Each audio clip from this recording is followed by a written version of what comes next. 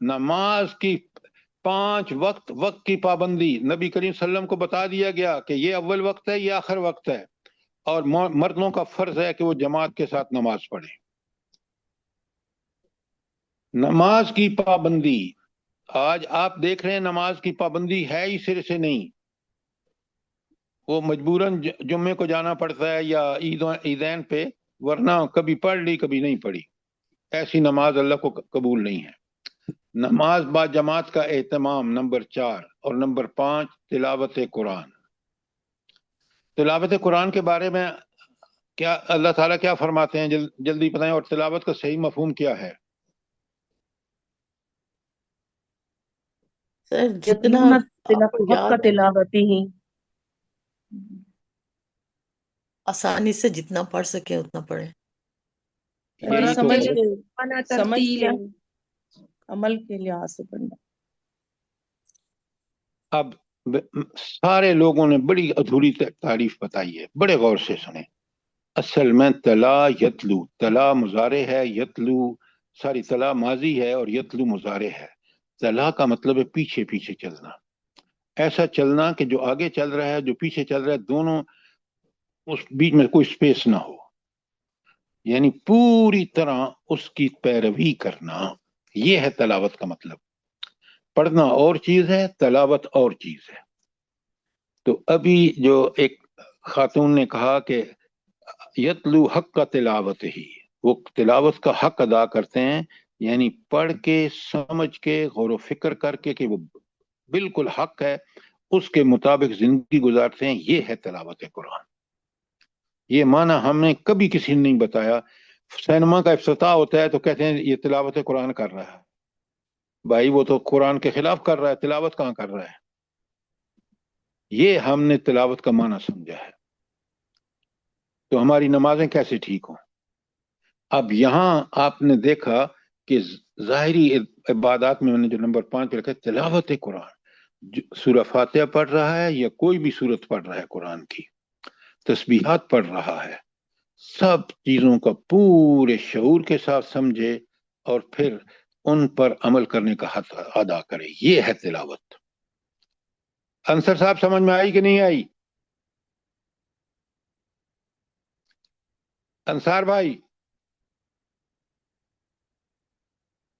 جی سمجھ گیا، جی سمجھ گیا۔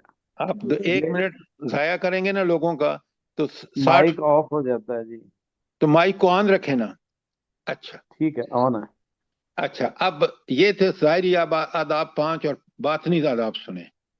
قنوت و ادب کا قنوت، جب میں آداب کیا ہے، جب میں نماز کے لیے کھڑا ہوں ہر چیز سے بتبتل الیہ تبتیلا، پوری دنیا سے کٹ کے اللہ کے سامنے اس کے دربار میں کھڑا ہوں اور میں ڈائلاگ کر رہا ہوں، یہ میری سمجھ ہونی چاہیے۔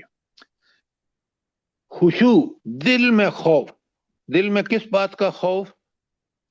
ایک محبت کہ اللہ کے سارے انعامات، کتنا میرا رب کریم ہے کہ اس نے میرے اوپر کتنے انعامات کی بارش کی ہے۔ اپنی صحت کو دیکھیں، اپنی عمر کو دیکھیں، اپنی جان کو دیکھیں، اپنے ماحول کو دیکھیں، اللہ تعالیٰ نے سب کچھ پیدا فرمایا اور اس کو سازگار بنایا میرے لیے تاکہ میں اس کی عبادت کر سکوں۔ خشوع دل کی وہ کیفیت ہے کہ ایک طرف محبت ان انعامات کی وجہ سے، دوسری طرف خوف قیامت کا اور آخرت کا کہ میں نے اس کے سامنے کھڑا ہونا ہے۔ تو یہ دونوں یک وقت اللہ کے بارے میں خوف اور اللہ تعالیٰ کی محبت، یہ دونوں، محبت اس بات کی کہ اس کے انعامات ہیں، خوف اس بات کا کہ وہ ناراض نہ ہو جائے، ناراض ہوگا تو میرا کوئی اس سے بچائے گا نہیں جب جہنم میں پھینکے گا۔ تبتل، وہ جو سورہ شروع کی پہلی سورہ نازل ہوئی ہے نا، وَتَبَتَّلْ إِلَيْهِ تَبْتِيلًا، مزمل، سورہ مزمل۔ تب بڑی پیاری بات ہے، ہر ایک سے کٹ کے تبتل اسی کی طرف متوجہ ہو جاؤ، اور تضرو، ہائے ہائے ہائے ہائے، یہ جو نماز اس آداب کے ساتھ پڑھتے ہیں نا وہ یقیناً جانتے ہیں کہ یہ تضرو، ایسی عاجزی کہ مو آقا ساری طاقتوں کا مالک، میرے دل کا حال جاننے والا، ہر چیز کا، کائنات پوری کا مالک، میں اس کے سامنے اگر عاجزی سے بات نہیں کروں گا تو مجھے بتائیں کہ میں اس آقا جو ساری طاقتوں کا مالک ہے، تضر و عاجزی، اخلاص اور للہیت، اگر نماز باپ کے ڈر سے یا ماں کے ڈر سے یا ماحول کے ڈر سے پڑھ رہے ہیں تو پھر آپ کے اخلاص میں کمی ہے، للہیت میں کمی ہے۔ میں نے یہ کام شعور کے ساتھ پوری دنیا سے کٹ کے صرف اللہ کے لیے ان کے ساتھ دینا ہے، لہذا یہ جو چیز ہے یہ اخلاص اور للہیت ہے۔ نمبر 6 پہ ذکر ہے، ذکر کا یاد دہانی یا نصیحت، قرآن ہی کی طرف مجھے رخ کرنا ہے، چاہے معاملہ عقائد کا ہو، چاہے معاملہ اخلاق کا ہو، چاہے معاملہ عبادات کا ہو، چاہے معاملہ معاملات کا ہو، مجھے اللہ کو ہر حال میں یاد رکھنا ہے۔ اور نمبر 7 پہ فہم و تدبر، فہم و تدبر بغیر سوچے سمجھے جو بھی کام کریں گے وہ بے سود ہوگا، اور جب اللہ رب العالمین کا معاملہ ہے اور اس کے سامنے کھڑا ہو رہا ہوں تو پھر مجھے اس بات کو پوری طرح غور و فکر کے بعد سمجھ کے بعد کھڑا ہونا چاہیے۔ اور 8ویں اور آخری بات ہے قرب الہی۔ نماز میں کتنا قرب الہی ہوتا ہے ذرا جلدی بتائیں، اور کیوں ہوتا ہے؟ سر وقت وقت قریب آپ مجھے کسی کی سمجھ میں نہیں آیا ہوگا سر، یہ بات۔ سجدے میں ایک سجدے منٹ کی حالت میں انسان اللہ کے سب سے زیادہ ڈاکٹر صاحبہ خدا کا خوف کریں، آیت پڑھ دینا کوئی جواب نہیں ہے، آیت اپنی جگہ ٹھیک ہے۔ میرا سوال ہے کہ نماز میں قرب الہی جو ہے وہ کب ہوتی ہے؟ وہ اس آپ سوچیں، سب سے پہلے جب میں سورہ فاتحہ پڑھتا ہوں تو اللہ تعالیٰ اس کا جواب دیتے ہیں، یہ میرے اور اللہ کے درمیان ڈائلاگ ہو رہا ہے۔ سجدہ تو بعد کی بات ہے، میں جب تبتل کر کے اللہ ہر سے کٹ کے اللہ کی طرف متوجہ ہو جاتا ہوں تو قرب الہی تو شروع ہو گیا وہاں سے، اور سورہ فاتحہ کی انتہا ہے کہ ہر بات پہ اللہ تعالیٰ جواب دے رہے ہیں۔ بے شک، سبحان اللہ، بالکل ہر رکن پہ سر جی۔ پھر کیا بات ہے، کیا بات۔ اب سمجھ میں آیا آپ کو کہ نماز کب بہترین نماز کون سی ہے جو ان ظاہری ادا اور باطنی آداب کے ساتھ ادا کی جائے۔ جی سر، جزاک اللہ جی۔ اچھا، اب واپس آئیے، میں نے حدیث آج جتنی پڑھ سکوں گا پڑھوں گا اور باقی آپ پر چھوڑ دوں گا۔ قلوب کے درست رہنے، پیج نمبر 2 پہ حدیث نمبر 4، قلوب کے درست رہنے پر جوارے کا درست رہنا منحصر ہے، اس لیے کہ پورے جسم کو کون کنٹرول کرتا ہے؟ دل کرتا ہے۔ آپ کہتے ہیں میرا دل چاہ رہا ہے کہ میں قرآن پڑھوں، میرا دل چاہ رہا ہے کہ وقت ہو رہا ہے میں نماز پڑھوں، تو جو دل کہتا ہے وہ آپ کرتے ہیں۔ بازاروں میں گھومنے والوں کا بھی دل اس پہ چاہتا ہے اور وہ کرتے ہیں۔ اب میں اس کا ترجمہ پڑھ رہا ہوں تاکہ وقت ہمارا بچے، تو اسی حدیث کا ترجمہ پڑھ رہا ہوں کہ اے میرے بندو، تم اول تا آخر، انسان تا جن، سب کے سب کبھی دنیا کے پارسات ترین شخص جتنے نیک ہو جاؤ تو اس سے میری بادشاہت میں ذرا برابر فرق نہیں پڑے گا۔ میں جتنا متقی بن جاؤں، ساری دنیا متقی بن جائے تو اللہ کی بادشاہت میں کوئی فرق نہیں پڑے گا۔ کیوں؟ وجہ میں بتاتا ہوں آپ کو۔ اللہ ایسا مالک الملک ہے کہ جو آپ جتنی مرضی نیکیاں کریں فائدہ آپ کو ہے، جنت وہ دینے والا ہے، وہ داتا وہی ہے۔ جتنی برائیاں کریں گے مرضی یہ کر لو، اس نے ایک حکم دینا ہے تباہی کا۔ جیسے آپ دیکھتے ہیں کہ کیسے سورہ آراف ہی کو دیکھ لیں کہ 6 انبیاء کی بات انہوں نے بات نہیں مانی، ضد کی، ڈٹ گئے مخالفت پہ، اللہ نے ان کو کیسا تباہ و برباد کیا، اس کی مثال ہے۔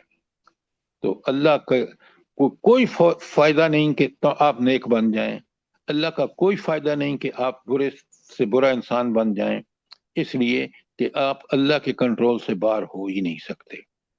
یہ تو اس نے آزادی دی ہے اس لیے، ورنہ اگر وہ چاہتا تو جس طرح زمین کو پابند کر دیا، سورج چاند ستاروں کو ہمیں پابند کر دیتا۔ لیکن ہمارا مومن انسان جو ہے، مومن کی بات نہیں کر رہا ہوں، انسان جو ہے اس کو اللہ تعالیٰ نے آزادی دی ہے، چاہے تو نیکی کرے چاہے تو برائی کرے، اور نیکی کرنے میں اس کا فائدہ جنت میں اللہ اس کو بھیجے گا، برائی کرنے میں اس کا نقصان، اللہ کو کوئی فائدہ اور کوئی نقصان نہیں۔ اب بات سمجھ آ گئی کہ نہیں آئی؟ یہاں بڑا اس حدیث نمبر 4 جو آپ کے ہینڈ آؤٹ میں آپ کے سامنے ہے کہ تم نیک سے نیک بن جاؤ یا برے سے برے بن جاؤ، اللہ کی بادشاہت میں کوئی فرق نہیں آتا۔ کیوں؟ اس کا ایسا کنٹرول ہے کہ ایک کلمہ کن کہے گا تو ہو جائے گا، لہذا یہ تمہارا ہی فائدہ ہے، تم انسانوں کا فائدہ ہے، اور اسی فائدے سے فائدہ اٹھاؤ۔ بات سمجھ آ گئی کہ نہیں آئی؟ جزاک اللہ سر جی۔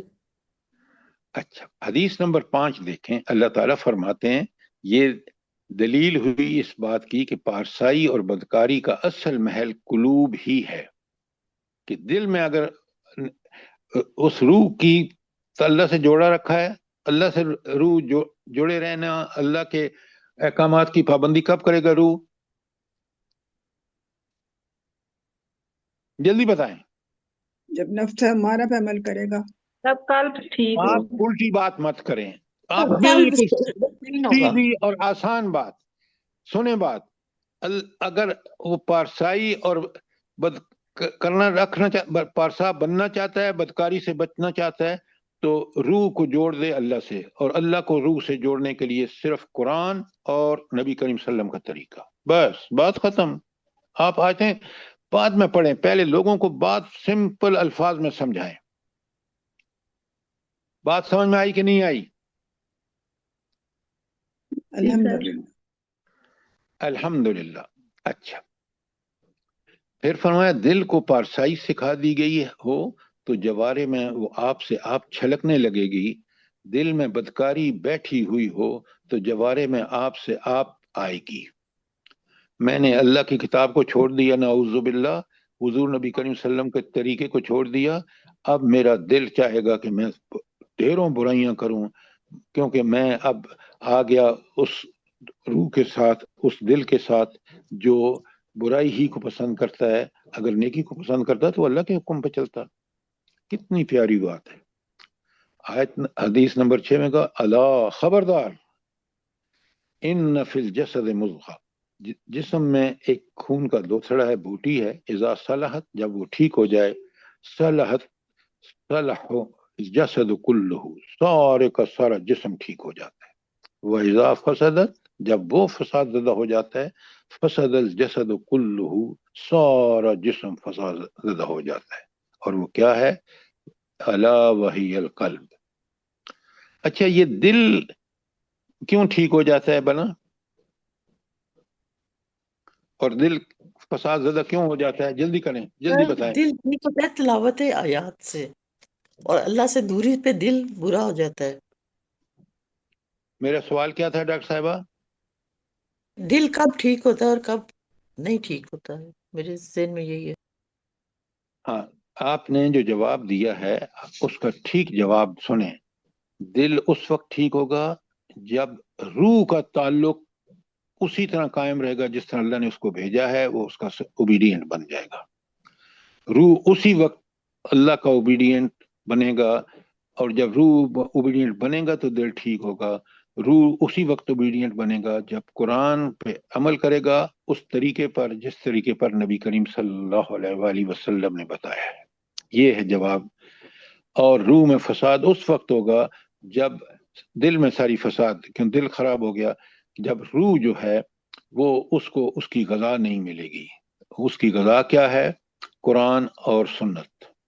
اب بات سمجھ میں آئی کہ نہیں آئی؟ جی سر۔ اب جتنی آیتیں پڑھیں ٹھیک ہے، لیکن پہلے مسئلے کو ٹھیک ٹھیک عام کی زبان میں اس بندے کو سمجھائیں جو آپ کا مخاطب ہے، یا میں خود سمجھوں، ورنہ یہ ساری فلسفی اور لفظ بازی ہوگی۔ اچھا، اب کتنی پیاری حدیث ہے مسند احمد کی، 9 نمبر حدیث، 9 پیج پر۔ مومن جب گناہ کرتا ہے تو اس کے دل پر ایک سیاہ سبب دھبا بن جاتا ہے، اگر توبہ کرے اور اس سے باز رہے یا باز آ جائے تو اس کا دل صاف ہو جاتا ہے. نہیں جی سر جی، آپ نے یہ 7 نمبر پڑھنی ہے کہ یہ جو دل ہے اس کی مثال ایک پر کی ہے جو بیابان میں پڑا ہو اور اس کو الٹ پلٹ کرتے پھریں. میں آپ سے بالکل ایگری کرتا ہوں، لیکن میں نے آج اس ٹاپک کو ختم کرنے 2 دن ہو گئے ہیں، جی اور جزاک اللہ. آپ کی ذمہ داری ہے کہ آپ بتائیں نا 4 ہینڈ آؤٹ دل پہ کس نے آپ کو بھیجے ہیں آج تک، اور مجھے بتائیں کہ ان میں کوئی چیز قرآن اور حدیث کے علاوہ نہیں ہے. ایسا ہی ہے؟ جی جی الحمدللہ. سر جی جی سر جی ایسے ہی. تو اب میرا اور آپ کا فرض ہے جو اخبار پڑھتے ہیں، ٹی وی دیکھتے ہیں، موبائل پہ وقت نہیں ہے، اس پہ استعمال میں لگے ہوئے ہیں، ان کو چھوڑیں، یہ سب خرافات ہیں. آپ قرآن کی طرف توجہ دیں. اتنا مٹیریل آپ کے پاس ہے اللہ کے فضل و کرم سے، قرآن آپ کے پاس ہے، سیرت آپ کے پاس ہے، کتابیں آپ کے پاس ہیں، ہینڈ آؤٹ آپ کے پاس ہے. ان کو پڑھیں، سمجھیں، تاکہ میری زندگی میں اصلاح آئے. انشاءاللہ. اچھا، اب یہ بڑی 9 نمبر حدیث بڑی زبردست ہے کہ مومن جب گناہ کرتا ہے اس کے دل پر ایک سیاہ دھبا بن جاتا ہے، اگر توبہ کرے تو اس سے باز آ جائے تو اس کا دل صاف ہو جاتا ہے. اب دیکھیں دنیا ایک عجیب و غریب اللہ تعالیٰ نے بنائی ہے، اور انسان دیکھیں نا، حضرت آدم سے بھی غلطی ہو گئی، شیطان نے برگلایا اور انہوں نے جنت میں رہتے ہوئے اس کا پھل کھا لیا درخت کا جس سے اللہ نے منع کیا تھا. لیکن شیطان اور حضرت آدم میں فرق کیا ہے؟ شیطان اکڑ گیا، سجدہ نہیں کیا، بدبخت نے اللہ تعالیٰ کو مورد الزام ٹھہرا دیا. حضرت آدم نے فوراً جب احساس ہوا توبہ کی، اللہ نے توبہ قبول کر لی. آج بھی یہ توبہ کا دروازہ کھلا ہے، شرط کہ اگر گناہ کرے فوراً نادم ہو کر، شرمندہ ہو کر اللہ کی طرف رجوع کرے، اور اگر نہ کیا، اگر گناہ میں بڑھتا رہے تو سیاہ دھبا اس کے دل پر حاوی ہو جاتا ہے. کیا مطلب؟ پھر دوسرا گناہ کرے گا، ایک اور دھبا، حتیٰ کہ گناہ کرتے کرتے پورا دل سیاہ ہو گیا. اسی دل کو کیا کہتے ہیں قرآن اسلام میں؟ اس دل کو کیا کہتے ہیں؟ جلدی بتائیں. قلب سلیم سر. قلب اسیم. قلب اسیم، یا اور شاباش شاباش، تاکہ ہمیں قرآن سمجھ میں آئے. قلب منیب. قلب یار یہ سلیم قلب، پاکیزہ دل. جی قلب سلیم پاکیزہ دل. اب میں آپ کو بتاتا ہوں، یہ بات قلب منیب یا قلب سلیم سب سے اعلیٰ دل ہے، جو بالکل ہر قسم کے گناہ سے پاک ہو. اور تاریخ میں کس نبی کے لیے اللہ نے بتایا کہ اس کا قلب قلب سلیم تھا؟ ابراہیم علیہ السلام. ابراہیم ہائے ہائے ہائے ہائے ہائے، کاش میں اور آپ اس عظیم خلیل اللہ کی زندگی کو سمجھیں. آپ دیکھیں، آپ غور کریں، 1 مہینے تک انہوں نے اس کا جمع کیا ایندھن اس کو ڈالنے کے لیے، ذرا جو ڈگمگایا، اور اس کے رب کا کرم دیکھیں. یہ ہے قلب سلیم کہ آگ گلے گلزار بن گئی. اللہ نے حکم دیا کہ تم عراق کو چھوڑو، ہجرت کرو اور جاؤ مصر، فلسطین، اور جاؤ سعودی عرب. کس طرح اس ہستی نے اس وقت ہجرت کی، اور کل جو ایمان لے کے آئے آپ کی بیوی، اور دوسرا کون ہے؟ حضرت لوط علیہ السلام. شاباش شاباش، حضرت لوط علیہ السلام. پڑھیں قرآن کو، سمجھیں، پھر دیکھیں تو کتنا ان کا قلب سلیم تھا. اچھا، مومنین اور صالحین کا دل کیسے ہوتا ہے؟ اس کو کیا کہیں گے آپ؟ قلب منیب. قلب منیب سر جی. شاباش، قلب منیب. کیوں قلب منیب؟ بار بار پلٹتا ہے کس کی طرف؟ اپنے رب کی طرف. منیب انابت سے ہے، اور انابت کا مطلب رجوع کرنے والا. منیب کا مطلب ہے بہت زیادہ رجوع کرنے والا، ہر معاملے میں اللہ پر توکل، اللہ سے مانگنا، اللہ کی استعانت کی طرف توجہ دینا. یہ آج اگر آپ نے اس لیکچر میں نہیں سمجھا نا کہ روح کیا ہے، نفس کیا ہے، پاکیزگی کیا ہے، کیسے ان دونوں کو پاکیزہ بنائیں گے، یہ آج سوال کر لیں، موقع ہے، کیونکہ ابھی 15 منٹ باقی ہیں. جو بھی آپ سوال کریں گے اگر میں جواب دے سکا تو دے دوں گا، نہیں تو آپ میں سے کوئی بھی جو صاحب علم ہے جواب دے دے گا. جلدی بتائیں. سر یہ حدیث نمبر 7 جو ہے نا اس کا مفہوم بتا دیں، سمجھ پہلے نہیں سوال مجھے آ کریں، رہی. حدیث نمبر 7 مت کہیں. کیا حدیث نمبر 7 میں کیا ہے جو آپ کو سمجھ نہیں آیا؟ سر میں کھول رہی ہوں، ایک منٹ کھول لوں. آپ نے کھولی نہیں اور آپ مجھے کہہ رہی ہیں کہ آپ کو پتہ ہی نہیں ہے. کیسے لکھا سامنے یہ کر جو دل ہے اس کی مثال ایک پر کی ہے جو صاحب جی یہ وہی جو میں نے آپ سے کہا 7 نمبر نا، یہ وہی کہہ رہی ہیں. جو بیابان میں پڑا ہوا. اچھا اب بڑے آسان ہے، میں آپ کو بتاتا ہوں، آپ کو سمجھ بھی آ جائے گا. یہ جو دل ہے نا، اگر اس کو قرآن و سنت کی رہنمائی نہ ہو اور رہنمائی ہے تو عمل نہیں کرتا، تو اس کی مثال پھر کیسی ہوگی؟ اس پر کی سی ہوگی جو حباب جدھر چلے، کبھی مغرب جا رہا ہے، کبھی مشرق جا رہا ہے، کبھی شمال جا رہا ہے، کبھی جنوب جا رہا ہے، جس طرف کی ہوا اس کو لے آ رہی ہے. لیکن اگر وہ دل روح کے تقاضے پورے کر رہا ہے، وہ ایک ہی رخ اس کا، اور وہ اللہ کی طرف اس کا رخ ہوگا. وہ اس پر کی طرح نہیں ہوگی جو جہالت میں کی وجہ سے اس کی صورتحال ہے. اب سمجھ آئی بات کہ نہیں آئی؟ جی سر. جی کتنے سر مہینے جزاک لگائیں گے اللہ آپ؟ خیر. سبحان اللہ سر جی، کتنی بہترین مثال ہے کہ وہ پر کی طرح الٹا پھلٹا نہیں ہوگا. دیکھیں نا، آپ کا اور میرا دل الحمدللہ اس رب کا کرم ہے کہ اس نے ہمیں وہ ہدایت بخشی ہے کہ ہم بالکل دل قابو میں ہے. الحمدللہ. الحمدللہ یہ اسی کا کرم ہے. الحمدللہ الذی ہدانا لہذا وما کننا لنہتدی لولا ان ہدانا اللہ. پڑھتے ہیں یا نہیں آپ؟ جی بالکل الحمدللہ. کتنی خوبصورت دعا ہے یہ. یہ دعا روزانہ مانگا کریں تاکہ ہمیں اس رب کے فضل سے ہمیں ہمیشہ ہم سیراب ہوتے رہیں. اللہ پاک ہم سب کو توفیق دے. آمین آمین. اچھا کوئی اور سوال؟ جلدی کریں. اچھا دلوں کی بیماریوں کا علاج کیا ہے؟ اور آپ نے مجھے آیت نمبر بتانی ہے، جلدی بتائیں.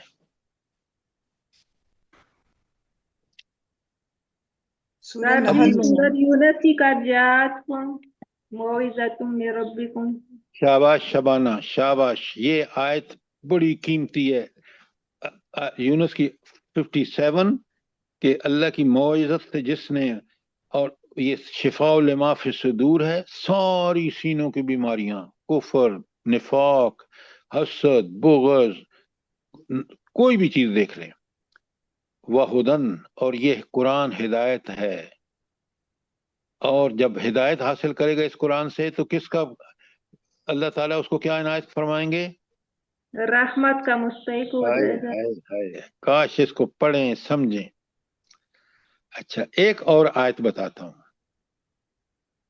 یہ آپ کے، میں جو کل ہینڈ آؤٹ چھوڑا تھا نا، یہ آپ کا ہینڈ آؤٹ ہے. میں بتاتا ہوں آپ کو، قلب اور نفس کی حقیقت اور تربیت قرآن کی روشنی میں، پیج 15 کا، اور اس کے 4 نمبر پیج پہ میں ہوں. اللہ فرماتے ہیں انما المؤمنون الذین، ہائے ہائے کاش آپ سمجھ کے پڑھیں. مومن تو وہی لوگ ہیں.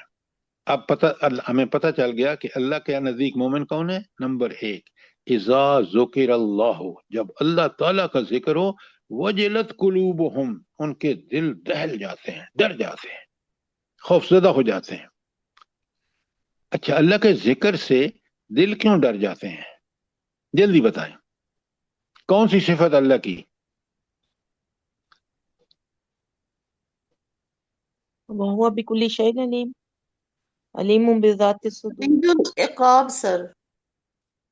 شاباش ڈاکٹر کفار. صاحبہ. ظالموں اور نافرمانوں کے لیے اللہ کیا ہے؟ شدید العقاب. یہ ہے وہ چیز جو میرے دل دہل جاتا ہے جب یہ میں سنتا ہوں اللہ کا ذکر، کہ وہ ظالموں کے لیے شدید العقاب ہے اور قیامت کے دن کوئی اس کی سفارش نہیں کر سکے گا. کیوں؟ سفارش ہوگی اللہ کے حکم سے. جس کو اجازت دے گا، نبی کریم صلی اللہ علیہ وسلم کو اجازت ہوگی تو بولیں گے. اب سمجھ آ گئی بات؟ اذا ذکر اللہ وجلت قلوبہم. جی سر الحمدللہ. آگے بڑے غور سے سنیے، سوال آ رہا ہے. وَإِذَا تُلِيَتْ عَلَيْهِمْ آيَاتُهُ زَادَتْهُمْ ایمانا. اس کا مجھے یہ بتائیں کہ تلاوت ایمان سے تلاوت آیات سے ایمان میں کیسے اضافہ ہوتا ہے؟ زرتاج صاحب آپ بتائیں، جلدی سر جی، بتائیں. جب ہمیں یقین ہوتا ہے پورا پکا آخرت پہ بھی اور دنیا ہم نے کیسے گزارنی ہے، تو یہ آیات ہمیں جھنجھوڑ دیتی ہیں کہ اس دنیا کو بھی اللہ کے حکم کے مطابق گزارو اور آخرت کو بھی ذہن میں رکھو کہ واپس پلٹ کے میرے ہی پاس آنا ہے تم نے. اچھا، بالکل آپ نے ٹھیک کہا، لیکن قرآن کی ہر آیت پہ آپ کا ایمان بڑھنا چاہیے. اگر وہ تعلیمات ہیں کہ اللہ کی وحدانیت کے بارے میں، رسول اللہ صلی اللہ علیہ وسلم کے اطاعت کے بارے میں، تو میں اسی پر جب عمل کروں گا تو میرا ایمان بڑھے گا. چاہے وہ قرآن کی کوئی آیت ہو، وہ میرے ایمان کے اضافے کا باعث ہے. آپ آیت پڑھیں، میں ابھی بتاتا ہوں کہ اس میں کون سا پہلو ہے.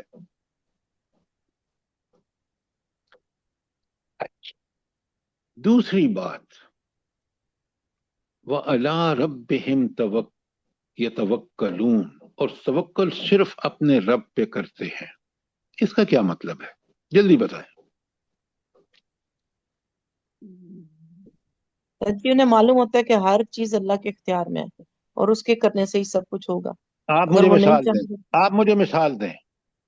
سر جی، جیسے وائزہ مرضت فہو یشفین، جیسے میں بیمار ہوتا ہوں تو مجھے اللہ شفا دیتا ہے، یہ ابراہیم علیہ السلام کی دعا تو پھر ہے. آپ ڈاکٹر اس کے طرح پاس یہ کیوں یقین. ایک منٹ، آپ ڈاکٹر کے پاس کیوں دوڑتے ہیں؟ اگر سر آپ کو جی اللہ یہی کے یقین، رسول صلی اللہ علیہ وسلم نے علاج کا حکم دیا ہے کہ تم اللہ پر بھروسہ ضرور کرو کہ شفا وہی تو تمہیں دے پھر گا، لیکن آپ تم اس کے. جو ڈیفینیشن بتا رہی ہیں وہ غلط ہے کہ اللہ کے حکم پر عمل کرو، رسول اللہ کے طریقے پر عمل کرو، لیکن فائنل اس چیز کی ٹھیک کب ہوگی، ٹھیک ہوگی یا نہ ہوگی، یہ فیصلہ اللہ نے کرنا ہے. توکل مجھے اسی پر ہے. میں اپنے مریض کو ڈاکٹر کے پاس لے جاتا ہوں، وہ اسی وقت بچے گا، اسی وقت ٹھیک ہوگا جب اللہ کا حکم ہوگا. اگر اللہ کا حکم اس کو مرنا ہے، نہ ڈاکٹر کسی پر مجھے توکل نہیں ہے. فائنل توکل فیصلہ اللہ کا ہوگا اور وہی پریویل کرے گا. یہ ہے مثال، تاکہ لوگ سر ایک وہ سمجھیں. مثال ہے کہ جہاد کے لیے جاؤ اور پیٹ نہ دکھاؤ، مقابلہ کرو، صرف بیٹھ کے دور دعائیں نہ مانگو. ڈاکٹر صاحبہ آپ پہلے اس لیول کو سمجھی ہیں یا نہیں؟ جی سر بالکل سمجھے. تو آپ سمجھیے تو آپ کہیں اللہ کا حکم ہے جہاد پہ جاؤ اور جان قربان کر دو تو میں تمہیں سیدھا جنت میں لے جاؤں گا. جی سر، وہاں صرف بیٹھ یہ کے بات دعائیں نہ نظر مانگتے آئی. رہو. اچھا، پہلی بات تھی کہ اذا ذکر اللہ وجلت قلوبہم، اس پہ لکھیں نمبر 1. نمبر 2، وَإِذَا تُلِيَتْ عَلَيْهِمْ آيَاتُهُ زَادَتْهُمْ ایمانا. نمبر 2. اور نمبر 3، عَلَىٰ رَبِّهِمْ يَتَوَكَّلُونَ. یہ تینوں چیزیں سمجھ آ گئی آپ کو؟ جی سر جی جی آگے. جی سر جی آگے. الحمدللہ چوتھی سر. بات کیا ہے؟ چوتھی بات کیا ہے؟ الذین یقیمون الصلاۃ. اس کو نمبر 4 کریں. نماز قائم کرتے ہیں. یہ چوتھی مسٹ صورت، چوتھی جو ہے کنڈیشن جو مسٹ ہے. پہلی ضرور ہونی چاہیے. کیا؟ جب اللہ کا اپنے اندر اپنے دیکھیں، قرآن پڑھتے ہیں کہ کیا میرا دل دہل جاتا ہے جب مجھے اللہ کی پکڑ کی بات آتی ہے. نمبر 2، کیا ہر آیت پڑھتے وقت میرے ایمان میں اضافہ ہوتا ہے. نمبر 3، کیا میں رب پر ہی توکل کرتا ہوں یا دنیاوی ذرائع اور وسائل پر توکل کرتا ہوں. نمبر 4، یقیمون الصلاۃ، وہ ظاہری اور بھی. اور نمبر 5، وَمِمَّا رَزَقْنَاهُمْ يُنْفِقُونَ. اور 5ویں شرط یہ ہے کہ جو اللہ نے مال دیا ہے، پہلے تو اس مال کو میں سمجھوں کہ میرے رب نے مجھے دیا ہے اور پھر اس میں سے اس کے حقوق ادا کروں. یہ 5 چیزوں کے بعد کرنے والے کو اللہ کہتے ہیں اولئک هم المؤمنون حقا. یہ ہیں وہ لوگ جو حقیقی مومن ہیں۔ اب مجھے بتائیں اس میں مجھے کیا کرنا چاہیے؟ میری ذات جب میں پڑھ رہا ہوں تو مجھے کیا کرنا چاہیے؟ جلدی بتائیں۔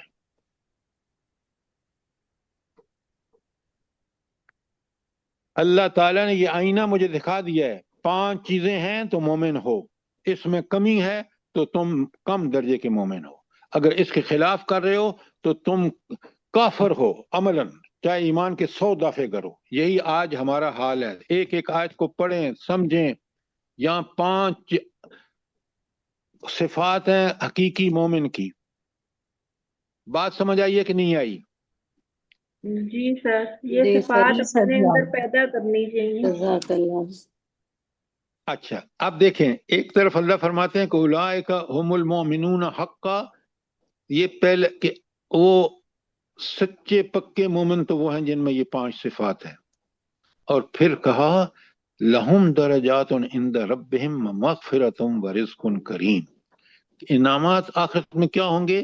نمبر 1، درجے ان کے جنت میں بلند ترین ہوں گے، جن میں 5 خصوصیات، ان سے کوئی غلطی ہوگی تو اللہ معاف کر دے گا۔ دنیا میں ہم 100 غلطیاں کرتے ہیں۔ اور رزق کریم، رزق کریم کا مطلب کیا ہے؟ جلدی بتائیں۔ ہمیشہ کی جنت سر۔ جنت کی نعمتیں۔ یہ جو آپ تھوڑا سا دنیا میں بھی حلال رزق کا مل جانا سر جی۔ دیکھیں، یہاں آخرت کی بات ہے۔ ام عبداللہ جب آیت کے اندر پہلے رہیں، رزق کریم کا مطلب ہے وہ جنت کے باغات جہاں کبھی خزاں ہوگی نہیں، وہ باغات جن کے نیچے سے نہریں بہتی ہیں، وہ پھل جن کے ذائقے اتنے عمدہ ہوں گے کہ میں اور آپ حیران ہوں گے۔ کبھی سوچا کریں یہی آیتیں جو ہیں کہ کس قدر میرے ایمان میں اضافہ ہوتا ہے کہ میں اس جنت کے حصول کے لیے ہر کوشش کروں۔ سورہ انفال کی یہ آیت 2 تا 4 جو میں نے آپ کے پیج 4 پہ بتائی ہیں، سمجھ آ گئی ہیں نہیں آئی؟ جی سر، سر جی پیج 4 نہیں ہے، پیج 2 ہے۔ جی سر جی۔ چلیں جس پیج پہ بھی ہیں آگے چلتے ہیں۔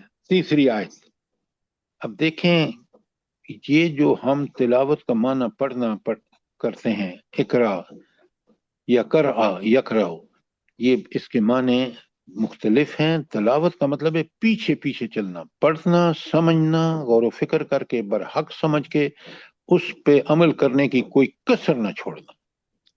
الذین، وہ لوگ، آتیناہم الکتاب، جن کو ہم کتاب دیتے ہیں، قرآن ہمیں ملا، یتلون حق تلاوت ہی، وہ اس کے عمل کرنے کا حق ادا کرتے ہیں اس پر۔ تلاوت کا مطلب ہے پڑھ کے سمجھ کے اس کے پیچھے پیچھے چلنے کا حق ادا۔ اولئک یؤمنون بہ، یہ ہیں وہ لوگ جو اس پر ایمان لاتے ہیں۔ اگر اس کے خلاف کر رہے ہیں، بھلے سے ایمان کے دعوے کرتا رہے، اگر جھوٹ بول رہا ہے، اگر غلط قسمیں کھا رہا ہے، تو پھر تلاوت کا حق ادا نہیں کر رہا۔ اولئک یؤمنون بہ، یہ ہی لوگ ہیں جو اس حق کے ساتھ قرآن کو پڑھتے ہیں، ایمان لاتے ہیں۔ وَمَن یکفر، اور جو اس کا انکار کرے، عملاً انکار کیا ہوگا کہ قرآن کے خلاف، فَأُولَئِكَ هُمُ الْخَاسِرُونَ، وہ گھاٹے میں رہیں گے۔ گھاٹا کا مطلب کیا ہے؟ وہ تباہی اور بربادی جو جہنم میں داخلے کی صورت میں ملے گی ان کو، یہ ان کے حصے میں ہوگی۔ یہ 4 آیتیں جو ہیں، اور 5ویں آیت جو ہے وہ ہے آپ کے سورہ آل عمران کی 164۔ اللہ فرماتے ہیں لقد من اللہ علی المؤمنین، پہلے تو من کو سمجھیں۔ اللہ کہہ رہے ہیں کہ اللہ نے انسان پر بڑے احسان کیے، مومنوں پر۔ یہ لفظ مومن کو کبھی نہ چھوڑیں، سارے لوگوں پر احسان کیے، لیکن خاص کر کیوں اللہ مومنوں کو کیوں کہہ رہا ہے کہ اللہ نے مومنوں پر احسان کیا؟ کیوں کہہ رہا ہے؟ اللہ نے مومن بنایا چھوڑیں۔ اللہ مومن وہ ایمان کی وجہ سے اللہ کی اس ساری احسانوں کی تائید کرتا ہے، وہ مانتا ہے۔ کافر نہیں مانتا، کافر اللہ کو ہی نہیں مانتا۔ کیا بات کر رہے ہیں؟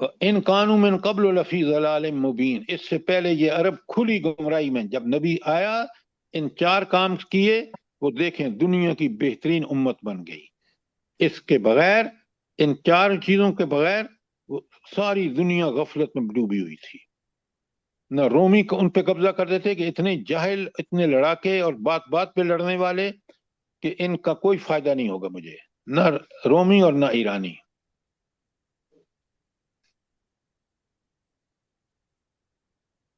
اب آج میں اس کو بند اس لیے کر رہا ہوں کہ سارا مٹیریل آپ کے پاس موجود ہے۔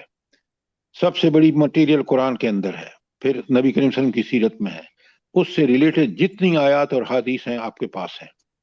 اب آپ کا کام ہے ان کو پڑھنا، سمجھنا۔ میں نے آپ سے گزارش کی ہے کہ میں آپ کے سوالوں کے لیے حاضر ہوں، چاہے آپ کلاس میں کریں یا کلاس کے باہر اس پہ واٹس ایپ پہ مجھے کال کریں۔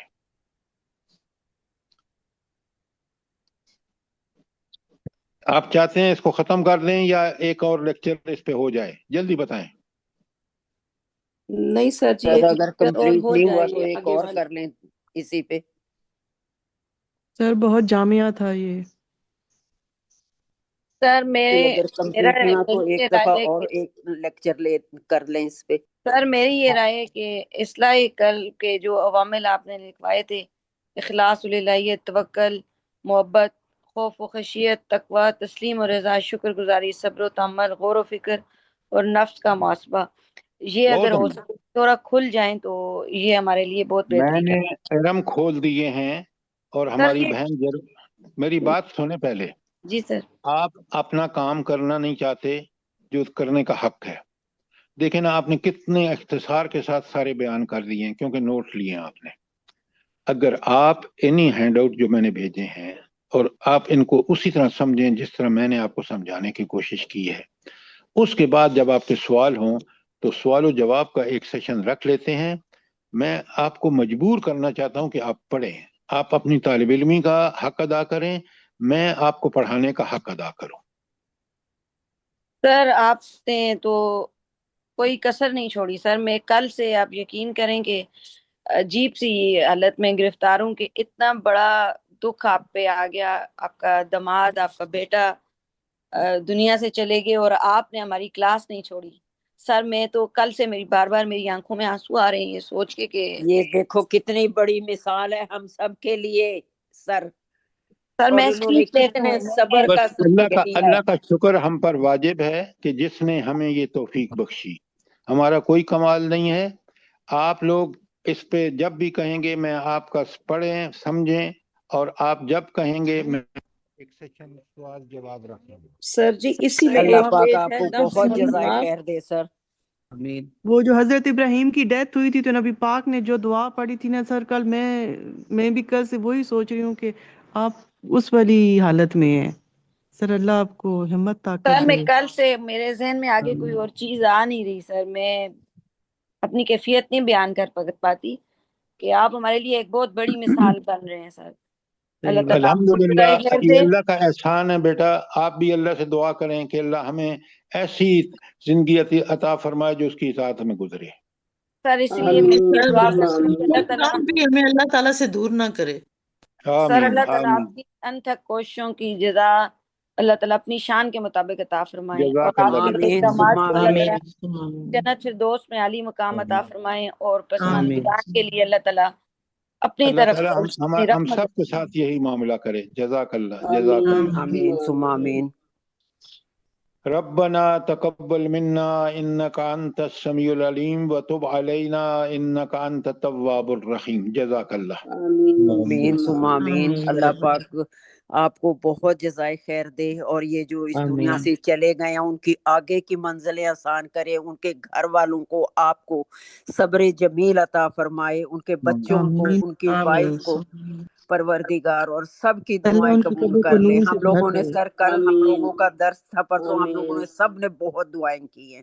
اللہ پاک ہم جزاک سب اللہ۔ کی دعاؤں کو قبول کر لے، آمین۔ اور ہم لوگوں کے جو اعمال ہیں ان کو اللہ پاک بہتر کر دے، اور ہم لوگوں کی توبہ جو کرتے ہیں ان کو قبول کر لے۔